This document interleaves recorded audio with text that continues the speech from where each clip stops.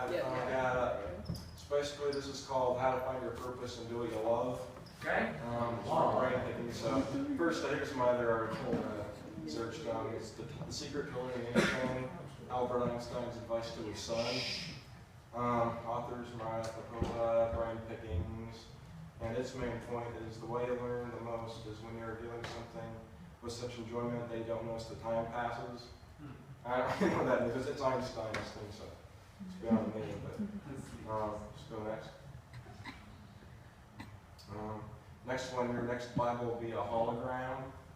It's the author Stephen Smith, and the source is Christianity Today. And mainly it's about Microsoft this week unveiled this thing called HoloLens. It's like a headset thing that it presents like an intriguing way to bridge the physical and digital worlds of Bible study, where you can like just have it facing the wall, and it's like the Bible, an open Bible. You can just see it on the wall or anywhere you look. These lenses, these hologram Bibles. They can even make some maps and stuff. But yeah. So you don't need a screen, in other words. No, but the HoloLens, it projects it. Like, I don't know how to explain. It's like So they're like glasses? Yeah, they're kind of like glasses. So you're seeing it really on the lens of your glasses. With the lens of my glasses, it makes it look like... It's like a mini projector sort of thing. Interesting. But there's no really kind of percentage. And then, next one. It's the Fossil Finding Shakes Evolutionary Theories. The author is Julie Board, and it's from World Magazine. And its main point is the baffling discovery of DNA evidence that does not fit with current theories of human evolution is causing scientists to rethink the whole story of human biological development. So, the whole thing about Homo sapiens, early man, evolution, is starting to think, well, this DNA is not fitting in with billions-year-old, or more like thousands-of-year-old man, So tell me, what was the discovery? Well, the discovery is that basically DNA evidence, it's not anymore. They're discovering that it's not showing that ancient man, it's not giving proof that ancient man used to be like a Neanderthal and evolved from, apes. It's showing that this is just pure human DNA and not a mix of ape or any kind of, pre-human. Okay. That's basically it. Right. So, yeah. Right, next. And the next one, this is the main one, How to Find Your Purpose and Do What You Love. And the authors are from brain pickings. And its main point is to give up on the opinion of others all the time. Focus on what matters most to you and go for that as your ambition. So I'll get into that. So basically, have foundation is that, this is a quote from Dan Bennett. He's a philosopher who says, find something more important than you are and dedicate your life to it. If you have an interest, it has to do with careers. It's kind of what this focus on. What you want out of a future job or what you want to pursue in life in general. How you can, dedicate, if you really want to do it, you will be dedicated to it. That you shouldn't worry about others' opinion of your ambition. If there's someone saying, say you want to be like an architect or something like that, the person's saying, well, I think it wouldn't be that great of a job. I think architecture would just be too hard for you and all that. Someone's disproving what you like to do in life, saying, well, it'd take extra time in college or whatever, but, don't take that to heart, just follow your ambition and what you like to do. So basically, how do we do that? And this next slide. We have a drive. We should be driven by godly principles and motivated to serve Him as we serve others. We all need ambition to get the goals God gives us in life. So God made us each with our own strengths, roles to play in this world. What kind of career, what we can do to play our part in this big world. And that's why He made us all different, so that we each have our own roles to play, and even in the life to come, after life.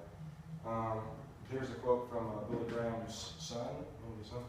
is that what you shouldn't do is worry about the opinion of anyone beyond your friends. You shouldn't worry about prestige. It's kind of this word that hit this article pretty hard, but prestige is the opinion of the rest of the world. So, what is prestige? This is a Google definition. It's widespread respect and admiration felt for someone or something on the basis of a perception of their achievements or quality. It's pretty wordy, but basically it means it's kind of your reputation, what people think of you, how they honor you. And I think your career has a lot to do with that, how you're viewed with your job, what you're successful and famous for. Yeah. Next. Next slide. So the core of prestige is that it works your beliefs about what you enjoy and causes you to work not on what you like, but what you like to like. It's another one of Paul Graham's quotes, meaning like, it's like, if you're just trying to do something just to get honor and respect from someone, like say they want you, to be like, say, miner or something, some kind of job like that. It kind of works. You're like, well, do I have this job just to fulfill what these people want me to do, or do I do what I would like to do and pursue? And that's kind of what prestige is as well. Don't focus on what other people think of you all the time and what they regard for you as your role. Just follow that you want to do. And prestige can be dangerous to the ambitious, because if the ambitious person isn't careful, they could end up doing these meaningless tasks just for the praise of others. Kind of like, I kind of just thought of an example. It's kind of like, something meaningless, like someone wants you to make them a cup of coffee or something. It seems just kind of small. Like, well, you do that. You can make your own cup of coffee. But the person's saying, like, oh, but, I'm too tired and weak to do that. You'd be a hero to make me a cup of coffee. Anyone who would sacrifice their time to go through all that trouble, deserves respect and honor. It's kind of that concept. And especially if you're ambitious, it's like, you'll do anything to get respect. Because we all want to. We hate rejection. We long to be respected. So yeah, that's good. And then our first step in finding what we love to do is many ambitious people, they become conscious of having to outdo maybe someone's success. Like, they have a friend or someone who's successful in life, and maybe you could be kind of jealous. Like, well, I wish I was as successful as he was, because maybe I didn't try so hard in college, or I don't know, any kind of situation like that. And you become conscious, like, well, maybe I'm going to try to outdo him and prove him right that I can do better than he can with my job and be more successful than him. It's just competition that sometimes ambitious people get into. But, one of the things about success is that we think we know what it means, but a lot of the time our ideas about what it would mean to live successfully are not our own. This is from another philosopher, Elaine D. Button, meaning, we shouldn't let me process that. It's kind of like, how do I explain it? I guess I kind of already have it. It's mainly like, I'll get to that later. But mainly, I'm trying to say is that, there's a lot of times even too, like with mass media, it can be a huge example where it can kind of define, what how you view yourself. And as a person, you could say,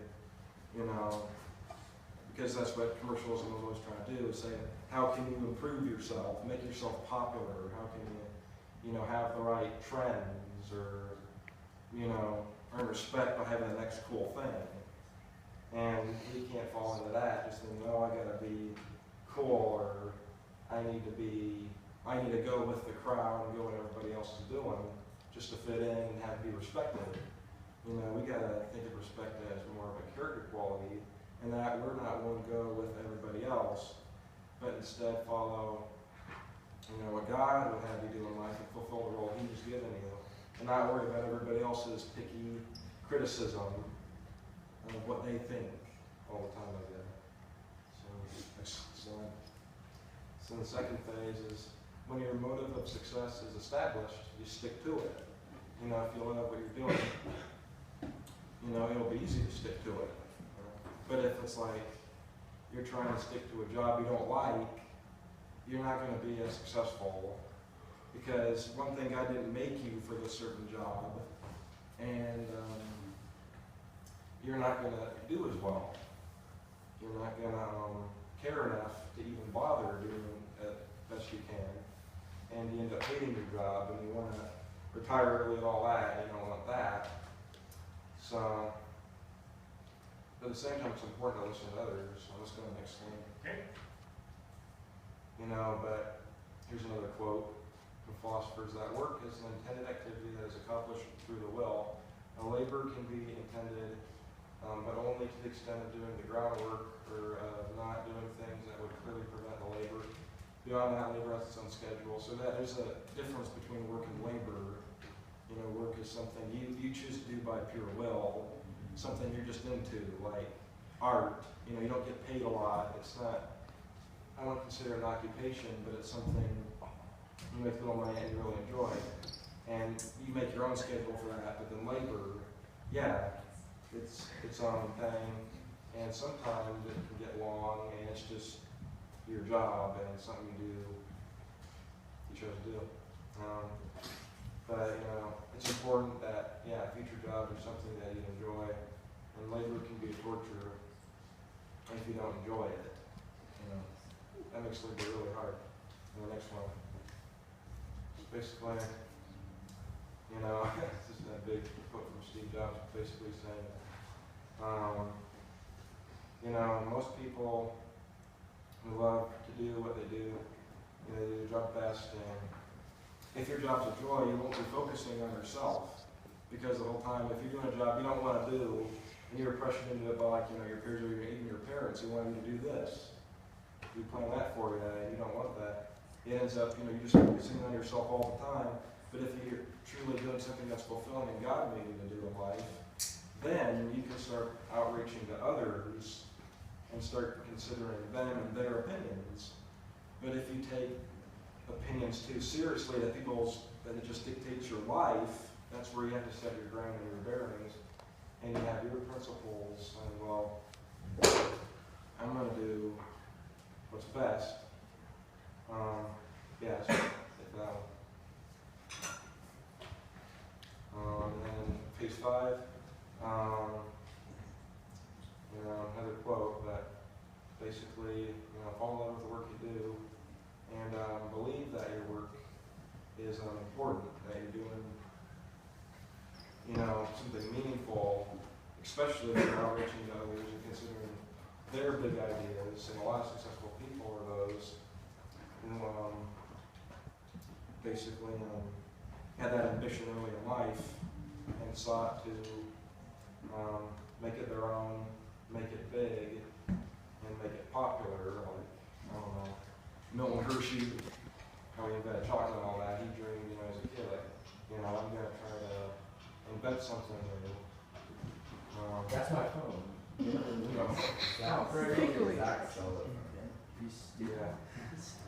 But basically, it's important to have your own stand, and don't let others dictate your life. And if someone does have a good idea, don't turn it down, but work together to make it happen. And that's how it works. Next slide. So this is a Holstein manifesto, it's called. Basically it says, this is your life, do what you love and do it often. If you don't like something, change it. If you don't like your job, quit. If you don't have enough time, stop watching TV. If you're looking for the love of your life, stop. They'll be waiting for you when you start doing things you love.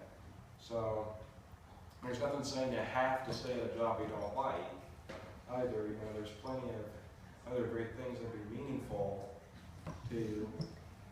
And it's important to not get bogged down, basically, with what other people think and what other people want out of you, pretty much. You know, we're self-conscious to a point, but if you're doing things God's way and following His plan for your life and your ambition, occupation, role, you'll find other purposeful things that you'll follow. And who knows, meeting the people, well, they wanted you to have a different job, will end up thinking, like, whoa, you know, this guy's different. They'll break down to your level and say, okay, fine, you know, I give up trying to change that, and, you know, so let's step down. Next slide.